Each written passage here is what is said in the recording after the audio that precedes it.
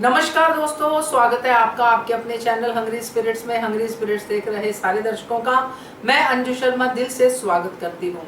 तो पुण्य श्लोक अहिल्याबाई, जी हाँ, इसके ऊपर आपकी प्रतिक्रिया आती ही रहती है और पीछे थोड़ी कम हुई थी क्योंकि मजा नहीं आ रहा था धारावाहिक को देख के। अब थोड़ा मजा आना शुरू हुआ है तो आपकी प्रतिक्रिया भी बढ़ी है और मैं चाहती हूँ कि आप सबके साथ आपके कमेंट्स शेयर करूँ।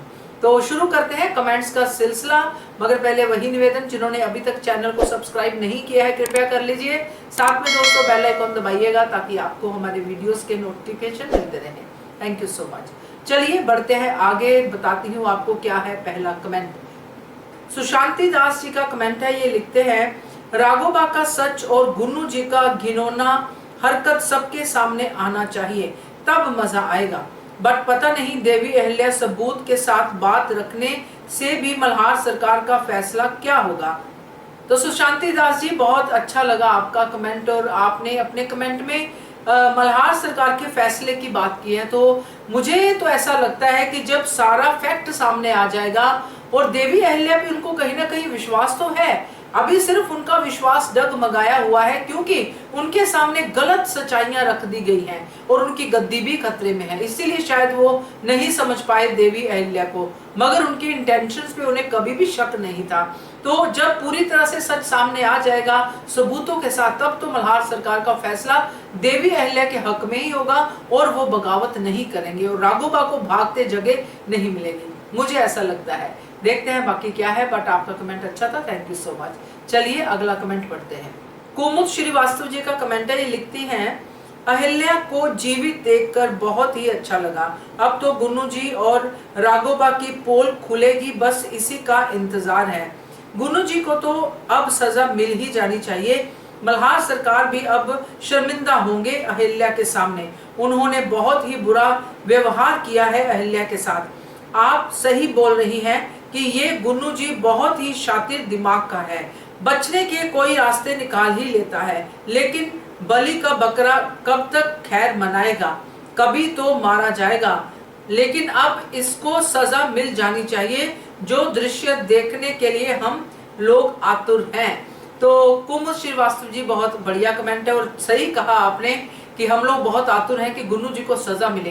एक बार तो बड़ी कड़ी सजा मिल भी गई थी, उनके माथे पे लिख दिया गया था गद्दार, तो वो मजा आया था उस एपिसोड में भी क्योंकि बहुत ही अच्छे तरीके से उसको फिल्माया गया था।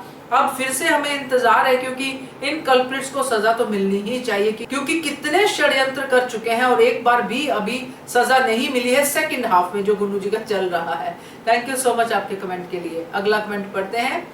नीलेश जी का कमेंट है, ये लिखते हैं, तुकु जी ने बचा लिया, पुनः गई क्या नहीं अहिल्या देवी, बीच में से ही आ गई।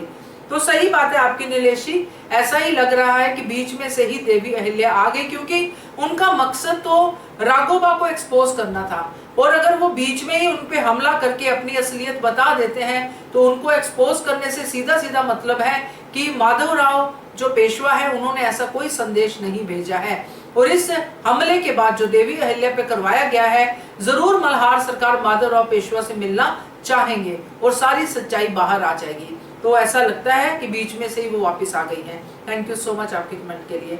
अगला कमेंट पढ़ते हैं। अगला कमेंट अंजलि पटेल का है, ये लिखती हैं, Ahilya had only Tukuji and Yashwant to help her.